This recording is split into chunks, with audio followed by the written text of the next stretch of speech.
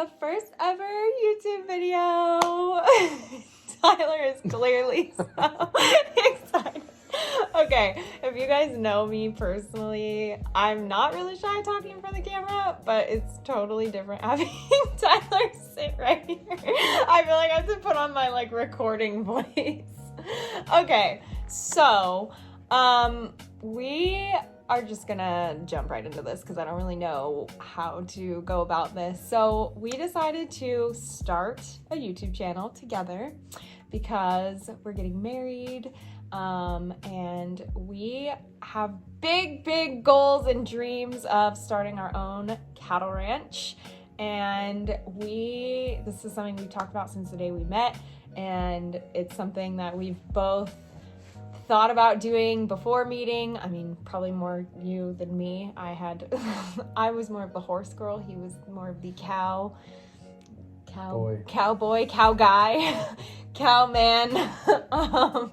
So anyways, but we decided that we both noticed that there was something missing in the industry, that I follow lots of ranching accounts and people that are already doing what we want to do and aspire to do, but there's not a lot of people that are showing how to get there, how they did it, or there's no first generation rancher how guidelines. I have yet to see that really be a thing. And so we kind of saw this missing gap in the industry, and we are jumping on it and hoping that this can either bring value to anybody who is in a similar position to us, or I'm all about networking, connecting with people, and seeing what opportunities could come from this. So this is totally just going to be our way of showing you guys our process, showing you what steps we're taking personally, what we've done right, what we've done wrong, what we're thinking we're going to do, and see what happens. If somebody else has done it and failed, please let us know. Yeah, if you guys have tips and advice or whatever, then feel free to come jump on this opportunity train, because we are not opposed to getting advice. Yeah, we will as much take as we it. are giving advice. That is very true. So we're just gonna make this first video pretty straightforward. For those of you who don't know who we are, we're going to introduce ourselves, kind of talk about our backgrounds, and then talk about how we met, and then we'll kind of tell you what you can expect from this point on in future videos. So we're gonna jump on into it. Okay, so I'm Sarah Spackman, but soon to be Sarah Elrod. I was born and raised in Northern California. I won't make this a super long story, but we'll just keep it related to my ranching experience. Basically, I grew up in the suburbs. I was not born into a horse family or a ranching family or anything like that. We were just pretty normal suburb living people. And then I had a cousin who competed on horses and rode horses and everything, and I remember going to her shows as a kid and thinking that was just the coolest thing ever. And I think every little girl loves horses. We all kind of go through that phase of I want a pony, and then some of us just never grow out of it. And I was one of those people, and I started taking riding lessons when I was 7, and then I kind of just got hooked and never quit. And I bought my first horse. I saved up and bought my first horse myself at 14. And then he was kind of what inspired me to become a horse trainer, because I bought him, and as a 14-year-old who had been riding for 7 years, I thought I was pretty good and knew what I was doing. And then I got this horse, and he literally was so much horse and so much energy, and I was I don't know anything. What am I doing? And so I hired trainers to come help me work with him, and pretty much all of them said, this is too much horse, you should get rid of him. And I was well, screw that. So just basically fired all of them and decided I was going to do it myself. So I'd worked with him a ton, learned a lot, and he really inspired me to make that part of my career. So I am also a wedding photographer, so I kind of built a photography business, and then after that got started, I went to a college where you can actually major in equine studies and horse training. So I did a whole horse equine program where they teach you about colt starting and breeding and all kinds of stuff. So that was a really good opportunity. And while I was like living in this town, going to school there, I lived on a little ranch at that point and got a job working as like I was mostly an office lady, but occasional ranch hand. And so it was kind of my first taste at like what a working ranch operation really was like. And that was something that was like, I was always just into horses and just riding for fun. Like I had never really did anything with that, like for a job. And so I really enjoyed that. And that kind of got my foot in the door of what that whole ag industry could be about. And then after that, I went back home for a while, built my horse training career, got to work with some really awesome people, rode a ton of really awesome horses. And then this kind of leads into like us meeting, but basically me being a horse trainer and him doing what he was doing is what connected us, but we'll talk about that in a second. So if you want to lead up to that point, and then we could talk about how we met. Sure. So I also grew up in Northern California, and my grandparents ranched a little bit. My mom grew up on a ranch, and they did their various stuff. And my mom met my dad, and she moved to the city, and we grew up in the suburbs and did that whole thing for my childhood. And I started playing bass when I was 3 or 4 or something like that. My older brother was for his first year t-ball. I guess his second year was my first year, so I kind of skipped up a level. But yeah, I played through high school, through college, played a couple years of affiliated or not affiliated pro ball, indie ball. And then I think I hung my cleats up I think I was about 24, 25, something like that. At that point, well, hadn't quite made the decision yet, and I was in the off season looking for a job, and I knew I wanted a ranch. Well, I knew I loved the idea of it. I didn't know if I actually wanted to do it. And so I don't know if you guys know of ranchworldads.com, but you can post jobs, find jobs. You can buy anything from dogs to spurs to trailers to cows to ranches to anything and everything in every state. And so I was just on there one night and posted an ad saying, hey, I'm in an off season, I'm looking for seasonal work, I'll come out and work for free, just for the experience and get some hours in, but I just need time to go get a normal job so I can pay my bills. And I had, within 12 hours, I had about 50 job offers from every state, in America, from guys that are, I'll give you a full-time job, like full-time, full pay, I'll put you up in housing. And so then I, started talking to my parents. I was like, man, I got a major surgery under my belt. I had elbow surgery in college, and I'm getting pretty old for this baseball thing. And I think my career is pretty much over. Like, I have these opportunities. What do you think? And they said, do whatever you think you want to do. So I hung up the cleats, and I took a ranching job pretty close to home, and it was good. They were good people. Didn't really fit for me, so I worked there for a little bit and posted again on that Ranch World ads, and again within not even 24 hours I had a whole bunch of job offers, and so it was between a guy up in Montana and a guy down in Texas. So those are my two options. And the guy up in Montana, full horse operation. The guy down in Texas, I told him, like, hey, I'm as green as they come. Like, I don't know anything. He's like, well, do you know how to push a broom? I said, yeah. He's like, well, you can push a broom in the shop and watch us cowboy, and that's how you'll learn. I was like, all right, well, I guess I'll go up to Montana then, because that's not how I learn. So I got up to Montana and just packed up. I got the job, gave my 2 weeks, and they said, well, you know, things are getting slow, so how about we give you a week and then you can take off? I said, all right. And packed up my stuff, took off, left California, and took off to Montana just like that in less than a week. One pickup load, whatever didn't fit, I left, and that was it. And I got up to Montana and pulled up in March, and it was snowing, and I felt sub-0 degrees to me, but I can't remember what it was.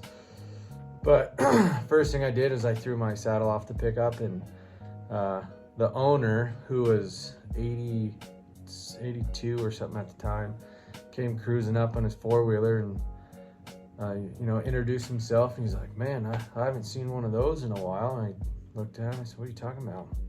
He's like, man, your saddle, we haven't used one of those in years. I said, well, what do you guys do? He's like, oh, we're a four-wheeler operation. I said, excuse me? Your son told me you were all horses. He said, no, he wants it to be, but that's not the way I do things. So, oh, so yeah. Cool. And at that point, I was, if you look up Circle, Montana, I was about 45 miles away from Circle, Montana. If you Google Circle, Montana, first thing that pops up is it'll say it's the furthest place in America, excuse me, furthest place in America from a Starbucks. It's the first thing that pops up. No! It is the furthest place away from a Starbucks. Oh, my white girl dreams. Yeah, so I told my parents that, and they're like, where are you moving? And so I went out there, sight unseen, I saw a picture of the guy, but didn't see the place, didn't see nothing. Left, got up there, talked to the old man. He told me that they don't ride horses, so I was like, well, I'm up here, we'll see how it goes. Circle, Montana has a population of, I think, about 600. And we were 45 miles outside of that. And I had to drive about 20 minutes to get cell phone service on the top of a mountain. So yeah, I remember I had to change cell phone plans because Verizon was the only thing that reached up there. And I bought myself a little flip phone because didn't need it, I wasn't on it. Didn't have internet. Didn't have TV, didn't have cell phone service. I remember I worked for a few days and I forgot that I hadn't talked to my parents, so I had to drive 20 minutes and call them, hey, I'm alive. You know, no cell phone service, no nothing. And it was, I mean, their ranch was set up so nice that they were all connected. They had, you know, the perfect amount of cows for them to run and support themselves, and they weren't looking to grow, you know, cow-wise. They were looking to just get nicer stuff, which is hats off to them. They've done a great job, and they raised some nice cows. And so I lasted about 6 months there, and I said, that's enough for me. maybe I'm not a cowboy. You're maybe really I out here. can't do it. So I don't think I met one person besides, because you know, you work 7 days a week, so I saw the ranch and that was about it. And so I again posted on Ranch World Ads, and a lady messaged me. I was like, hey, we're only like an hour away from you, like swing on over one day and come talk to us. So I went over to Glasgow, Montana, which CBS did a special not too long ago, and that is technically the most rural place in America. It hits all the guidelines for being an actual town, but it's far enough away from all these other big things. I don't know. It's an hour-long program on CBS. And Glasgow's like super far northeast Montana. It's an hour from Canada, hour from North Dakota. Yeah, so just way up way up there. Fort Peck Lake is a huge lake up there, and it's pretty close to that. Went and talked to them one day, and I mean, they were great people, and I decided, yeah, I'll move an hour away instead of finding another state to move to and see where it goes. And man, I loved it. I worked there for 2.5 years, and they taught me. It was a dad and his two sons who were, I think the sons were probably mid-30s when I was there, so a little bit older of an an established operation. And I mean, they taught me everything. Everything I know probably came from them, and I loved it. I'd still be working there if I could, but If I didn't come and ruin your life. Yeah, well, that was afterward, but it's, ranching's hard enough to make money at, and being a ranch hand is even harder to make money at. So, I just stuck with it to learn the trade and loved it, and started talking to a bunch of people, and, I'm like, all right, well, I want to do this for myself. Like, I love working for these people, but I want to do it for myself. How do I do it? And I told my grandpa that, and I said, hey, I want to ranch for myself. He's like, that's great. Go get a job in town to support your ranch. There's always a running joke with everybody I talk to, like, the key to a successful ranch is having a wife that works in town. And it's the nature of the beast. Cows aren't about making money. They're about the lifestyle that you get to have while doing it. And so I went to the oil field.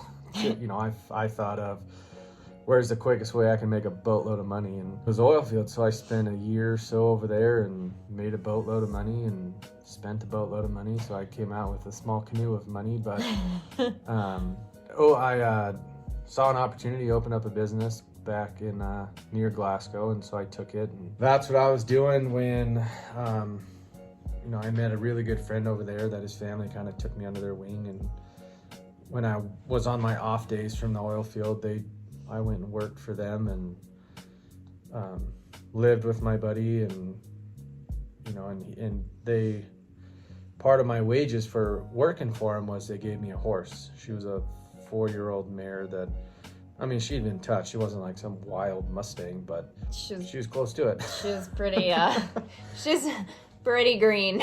So not broke. Yeah. So my buddy had a 3-year-old and a 2-year-old that he wanted started as well.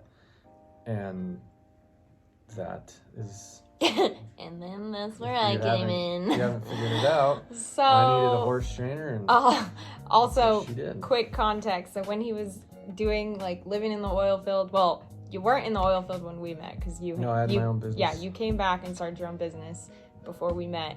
But he was living in a town called Hinsdale, Montana, so Glasgow was considered the furthest town away, the most rural town. Hinsdale is 30 miles further into the middle of nowhere. West of Glasgow. So at that town, Hinsdale's got about 200 people. Yeah, literally the smallest town. And then, if anybody knows Montana, Billings, Montana is obviously one of the bigger cities in Montana. I believe it is the biggest. The biggest, yeah. It's Hinsdale's 4 hours away from there. So, yeah, you're literally in the middle of nowhere. So, that's great. Yeah, kind of leading into, how we met. Basically, I was working as a horse trainer in Northern California. I got this message on Facebook and from this guy, and I don't know if it was just a friend request, and I've had random people try to add me on Facebook before, so normally I don't think too much of it, but you had a profile picture of you on a horse. And I just... With a baby calf. Think on the wrong side of the fence. Yeah. I just clicked on your photo oh, who's that? And then started going through your pictures and thought you were kind of cute. And then I think I went and liked a bunch of his pictures in hopes that he would message me. And he totally did. Oh, yeah. I took the bait. Yeah. He messaged me. And you were flying back to Montana from California. Yeah, so my family we do a Christmas in July, so my family Christmas is in the middle of the summer, so we can be with other family, or the in-laws, I guess, once we all get them on actual Christmas. Yeah. So yeah, I was on a layover in Salt Lake City when I messaged her, July 10th, 2018. Oh. So Yeah, so he messaged me one night and we were just talking. Oh, and then, yeah, because you were telling me you were about to get on a plane and then it was whatever, like an hour flight, and then you landed in Billings. And then, you know, we're kind of just messaging back and forth, and he's like, all right, well, I have like a 4-hour drive back to where I live. Like, can I call you? And I'm instantly like, what? Like, you want to talk to me on the phone? Like, in panic mode. So we talked for, I mean, probably that whole drive. Yeah, on the phone, this random dude on the internet. But in that phone call, he's like, you know, saw your horse trainer. Like, I need one of those. And he kind of told me his whole situation with his horse that he had and then his buddy's horses. And so, I mean, shoot, within like 24 hours, 48 hours, something like that, I had a plane ticket booked to Montana. One-way plane ticket with no return flight. A one-way plane ticket because, and of course, my parents were not super thrilled about me flying across the country to go be with some random dude on the internet to go train his horses. And I don't blame them. I mean, that sounds crazy, but I just had like a feeling I needed to go, so I did. Yeah, I mean, it was supposed to be a 30-day thing, but basically after talking through with my parents and everything, we were like, okay, let's not buy the return flight, 30 days out, because what if I get there and I'm like, absolutely not. Yeah, like, this is not okay. I need to leave. Like, I didn't want to. And granted, like, I could have just bought myself a plane ticket, I guess. But if we got all the way back to Hinsdale, then I'd be screwed. So anyway, we did not buy a return flight. One-way plane ticket. Supposed to be there for a month. Long story short, we were there. I was there for 2 weeks and there was 3 colts that I was training and his filly. And I had put probably like 5 rides on one of his buddy's colts. The other one wasn't. It's 2-year-old. We weren't gonna. Yeah, it was just groundwork. But the other one that he had was this little paint, and He was a big paint. Yeah, he was a big paint. But he was super gentle natured, like, for being pretty green, like very, easy for the most part. I thought that one was gonna be a breeze. Tyler's horse, on the other hand, she was super, like, nervous and untrustworthy, and just, like, I thought for sure if a horse was going to throw me, it was going to be that one. Typical mare. Yeah, and I put, like I said, on this other, like, little paint, like, probably put 5 rides or so, and on this particular day, and because Tyler worked his own business, like, he, made his own schedule for the most part, so, like, he'd go do whatever he had to do. I didn't get a lot of work done. Yeah, 2 weeks. I know. He'd do whatever he was doing. I'd be working the horses, but then somehow in the middle of the day, cross paths.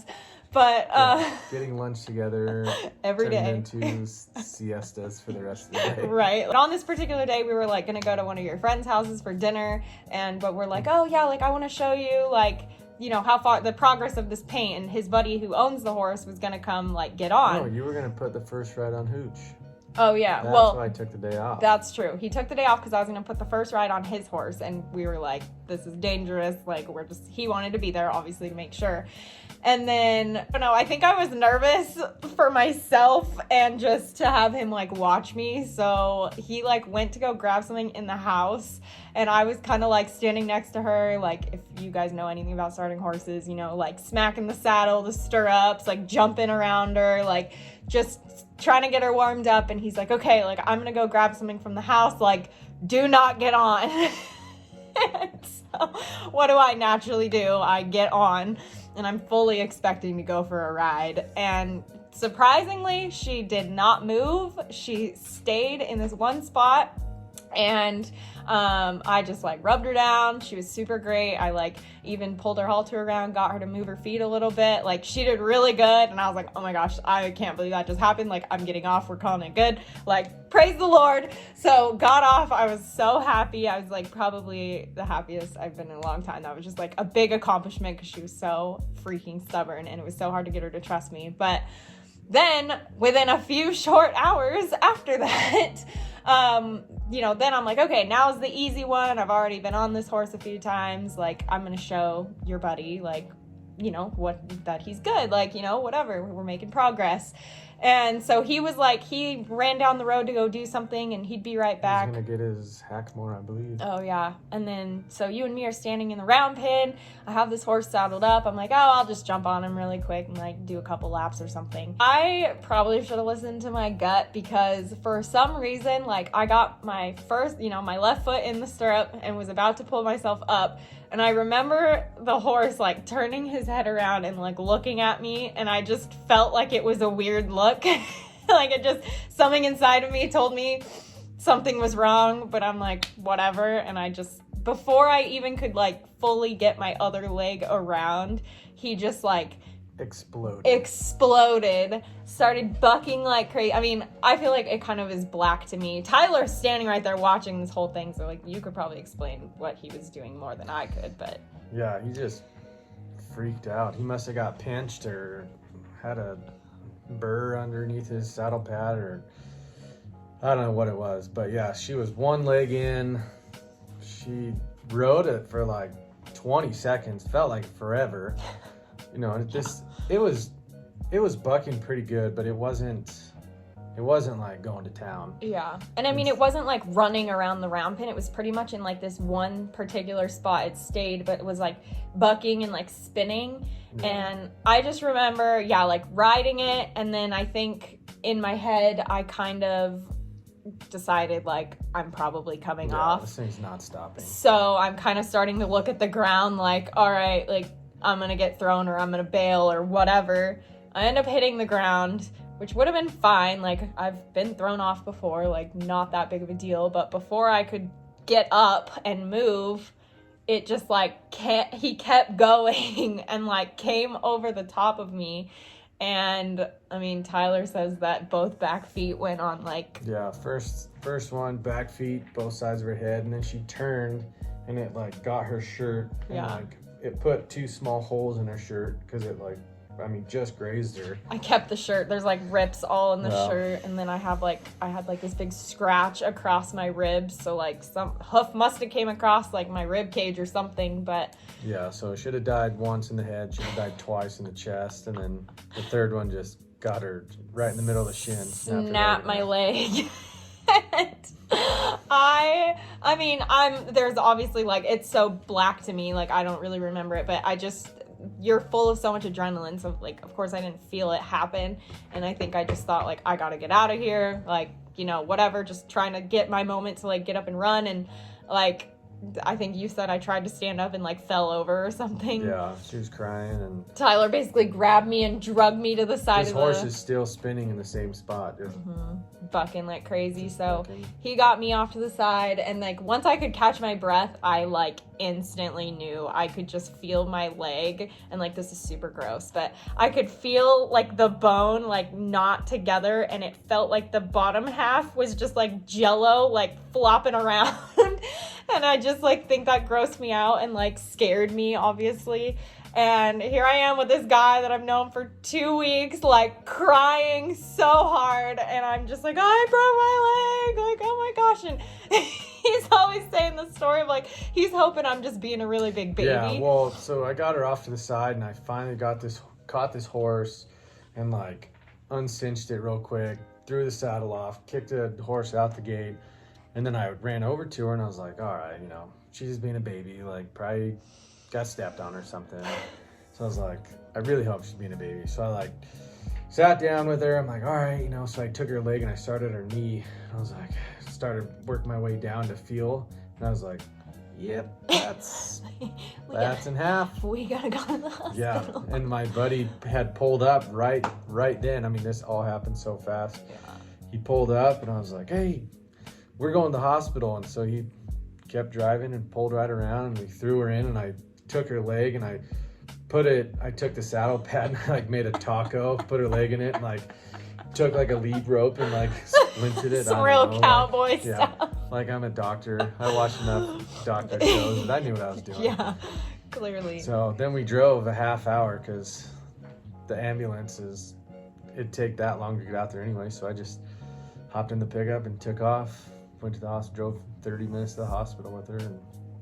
Yeah, so then we get to the hospital, and of course they're like, they give me drugs, whatever, make me comfortable. And then they're like, oh yeah, like your leg's broken, you're gonna need surgery, like all this stuff. And I'm sitting in the bed, like, honestly, could care less that my leg's broken, like it sucked, but I'm more thinking like, oh my gosh, I don't want to call my parents right now and tell them that I'm laying in this hospital bed. But I, end up calling them, and because of like insurance reasons, because I was still on my parents' medical insurance at this point, like because of insurance reasons and just recovery, like we had no idea what that was going to look like after surgery. They were like, I mean, if you can get to California to do the surgery, that would be ideal. But obviously if you're like in a ton of pain and you need to do it there, then like do it there. Yeah, I'll figure it out. So we talked to the doctor, and basically they were like, all right, we're going to splint your leg up really good and give you a lot of drugs for the road. And I mean, I couldn't fly home because blood clots and whatever. And so, I mean, and granted, this is like whatever day it was, a weekday. I mean, you were up super early that morning. I was up early that morning. Like, it's probably 6 o'clock at night at this point, and we are literally getting in the car in the back of his pickup. We drive back after the hospital, grab all my bags, and he drives me straight to California. 24 straight hours of driving to California with me passed out in the back seat. Yeah, she had like 3 different painkillers, and they all had to be taken at certain times. So I was just driving, and I had a whole bunch of alarms set, and so the alarm would go off, and I'd pull over, and I had some snacks and stuff, and so I'd wake her up, make her eat something, take that pill that goes with that time, and she'd take it. She'd be out for like 10 minutes, and then it'd pass her out or knock her out, and then another alarm would go off, and I'd wake her up and give her some more food, and she slept for probably 23 of those 24 hours. But yeah, we made it back and met her parents in the gas station parking lot, and I thought her dad was going to punch me straight on in the face. way to the hospital. Yeah, we're literally on the way to the hospital. And I mean, at this point, like, I'm in good spirits. I'm comfortable. They have it splinted. Like, I'm on drugs. Like, I feel fine. We get back to California. Yeah, literally meet my parents on the way to the hospital at this gas station. And, like, here's this guy that I, like, want them to like. Because I liked him. And I'm just like, good luck. Like, bringing me back with a broken leg. Oh, man. It was, like, super crazy. But yeah, I remember I hadn't even told my parents about her yet. And so I remember I got in the car, we got going, she passed out, and I called my mom. I was like, look, don't ask any questions right now, but here's a story. There's a girl, she broke her leg. I'm headed back home. Like, I'll be there in 24 hours. She's like, okay, let me know if you need to call me if you're tired or whatever. But that was, we took off. oh man, it was so crazy. Like, seriously, just the craziest thing ever. But you know what? We did it. We're here. And then, so, I mean, I have the surgery. I get this metal rod put in my leg that basically replaces what your bone is supposed to do. And so, like, I didn't have to wear a cast or anything. They literally were like, you could go run a mile. You're not going to want to because it will hurt. Like, you obviously kind of have to relearn to walk or whatever and be on crutches for a while, but like, you don't have to wear a cast, and like, you could stand on your leg and it's fine. And so that was really weird, like, science, man. But yeah, you basically stayed for, I don't know, like 2 weeks, I think, after that, and then hung out, and then we were like trying to figure out what we were gonna do. We didn't want to do long distance. We were going back and forth on, like, are you gonna move here? Am I gonna move there? And I think me, just being a stubborn girl, I'm like, well, I'm not quite ready to move my whole life to a different state for this guy I just met. So, buddy, you can come to me. And he did. I did. I went back, finished out the jobs I had left open, and closed the doors of my business, and moved back to California thinking, I got plenty of ties in California. I can get a job quickly. I was trying to do manual labor construction stuff, and what was it, November? Yeah. Nobody was hiring. It was a long few months. Yeah, there was a long few months of, you not really having a job, and like California it was really hard for a while, and then you decided to go back to the oil field. I know where I can get a job always. Well, not anymore. Yeah. Thanks, Biden. Yeah, not now. So I took off back to the oil field once we were a little bit more established and kind of had a game plan. And yeah, we were like more like we were in a relationship at this point, like because we didn't like make things official, you know, we were obviously interested in each other, but we weren't like boyfriend and girlfriend when he moved back to California. And then because it's only been 2 weeks. Yeah, I mean, we were just kind of like trying to figure out what the heck this was. And then so he moved back so we could figure it out. And then once we like were more established and like knew that this is what we wanted to like pursue, he went to the oil field. And then we kind of were doing long distance because he was there like 6 weeks, and then we'd have a week off or 2 weeks off or something like that. Yeah, we went in January, came back in March, and then that was for like around my birthday. And then basically you went back and forth like 2 or 3 times, I think. And then by that summer or like late spring, we had talked about me moving out to North Dakota to go be closer to him.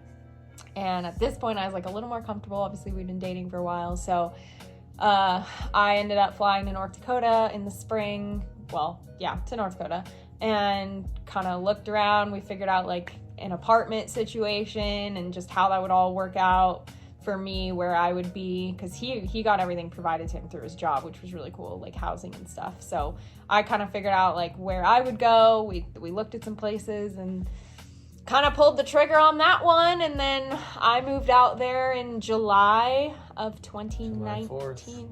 We got into North Dakota on July 4th, 2019.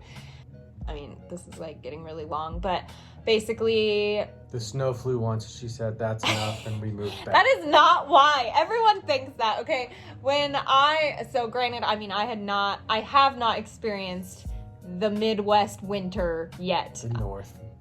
Whatever. Yeah, I have not experienced that in Montana, North Dakota, because I was there in the summer, and I loved North Dakota. Like, I really did. It was hard, obviously, being that far away from family and, like, friends and stuff, but we weren't there long enough to where it, like, really hit me, and I flew back because I was a wedding photographer. I would fly back for weddings, like, at least I was going to be doing that at least once a month. So it, like, it just didn't feel, like, that long to me or, like, that hard. And it was just really fun. You were making really good money, so I just felt like comfortable with like where we were. Like I would just go take my dog to the park like during the day, like carefree, whatever. But so we were there for 3-ish months, and I don't know, things just changed with your job. It was not because it was cold. It started to get cold, and everyone kept saying like, oh, you're from California, like, have you spent a winter here yet? Like, you're gonna regret that or whatever. And I'm just like, great, like, what does that even mean? Like, I know it gets cold, but they make it sound like the freaking apocalypse is gonna come. Close to it every year. So it was just like a little intimidating, but I mean, the day we decided, like, let's move. So, I mean, long story short, things changed with your job. You had a job opportunity in Reno that came up. So we decided, like, we're going to Nevada, and it's closer to my family and friends. And, like, it just seemed like, you know, kind of everything was falling into place. So once we committed to that, we packed up and moved again in 3 months all the way across the country. I think that was like the craziest like span of like 6 months. We went across the country like back and forth so many times. It was so ridiculous. It got very expensive. It was very expensive, but I mean, honestly, so many fun memories. Like, I love that we have that to like talk about. Drove through Mount Rushmore on the way home. We did, yeah. We were like, oh, you know what? Shoot, like, let's take the scenic route. Like, when are we ever gonna go to Mount Rushmore? So we like drive to Mount Rushmore, and it was not that exciting. Yeah, it was really cool for about 10 seconds. Yeah. Okay, saw it. Cool. Bye. I've just been in Reno, Nevada for over a year now, and I mean, we're pretty happy here. So we won't go too much. We'll save it for another video about kind of like what our plan is from this point on. We really 5 year. Yeah, 5-year plan. 5, 10, 20. Yeah, we have a lot of plans like listed out. No, I don't want to get into like too many topics for this video because this is already really long. But basically, we have a plan as to why we're here. We're not just doing nothing. Like, we're here for a reason. We have a goal that we're striving for. So that's kind of the whole thing that we want to use this channel for, and our Instagram and everything, is to just share the journey, meet some people that are where we want to be, and also meet people that are where we currently are and that are trying to do the same thing. And I just really believe in like building good community, and we can meet friends on the internet, because Interwebs. the interwebs, it's a great way of connecting people. You started out, if you're first generation, and if you're If in you're the a profit, first, if you're in the negative, but I don't care if you're doing it, let me know how you did it. yeah, if you're a first generation cattle rancher, please send us a message and tell us your story. Every detail. Tell us it all. Like, seriously, we want to know. Can we pick your brain, please? Or if you feel like giving us a lot of money, then Yeah, I mean, if anybody wants That to would work just too. donate to the what was Elrod. our big overall dream? We needed like 9.7 million. Yeah, something like that. That's just to That's like, just to buy everything. So yeah. So, 9.7. yeah, who has, that's easy. Somebody just want to donate $9 million to us? That'd be great. Cool. All right, well, thank you guys so much for watching this video. Make sure to subscribe to our channel so you can see all the future videos and fun things that are going to be coming. Also, check us out on Instagram at The Making of Elrod Ranch. And if you guys have topics that you want us to talk about, or like specific things you want us to talk about or do on this channel, make a video about, let us know in the comments, and we will do that, maybe, depending on what it is. Yeah, I think that's all I got. How do you feel? You feel good? First one in the books. Awesome. Nailed it. Sweet. We love you guys. Thanks for joining us on this lovely journey that we have embarked on. We're probably going to become really poor. We are. But you know what? We're going to be liking what we're doing. That's true. That's true. Cattle for life. Eat beef. All right. We need like a ending slogan. Well, That's somebody else's slogan, I think. it but probably is. We'll take it. Eat beef too. Yeah. Eat lots of beef. All Eat the beef. all the beef. Yep. Eat all the beef. Okay. Well, bye.